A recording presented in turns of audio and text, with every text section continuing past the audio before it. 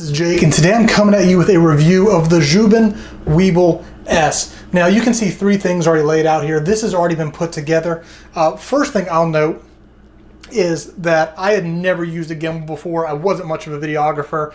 I kind of got put in a place where I needed to do some projects, and the camera I use, the Sony a6400, doesn't have the internal stabilizer, so I needed this to really shoot some of the stuff that I had to shoot. So I was a little nervous because I'd never used a gimbal before. I didn't have a lot of experience, and I've got to say this one has been super easy to set up and to use even with my lack of experience. So we've got it kind of put together.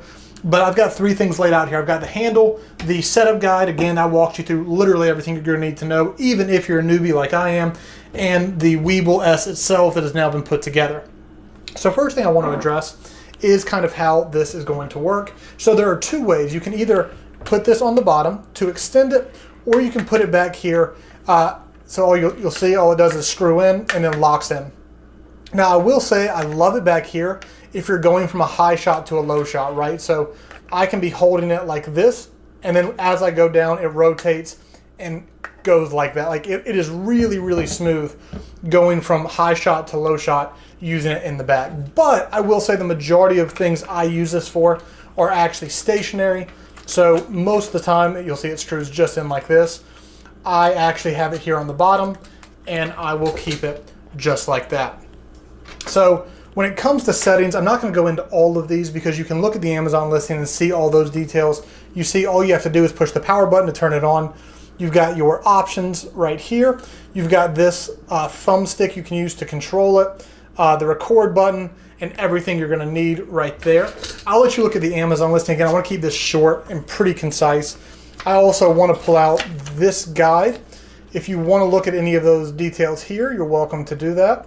You can see the quick start guide there. The batteries which come with it are here in the under section. You can see right there exactly how it moves, and we'll go over that in just a second. You can see the setup process.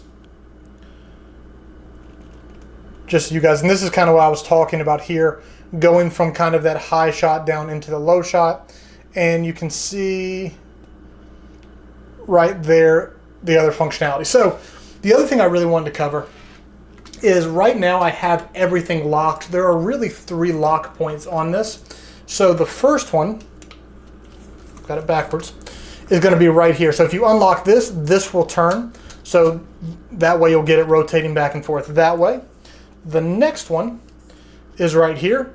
If you, I'll go ahead and flip that, and you can see now it'll go all the way side to side.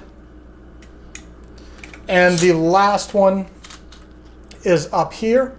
You flip that, and then this will rotate back and forth. So you have a lot of ability to really rotate it back this way.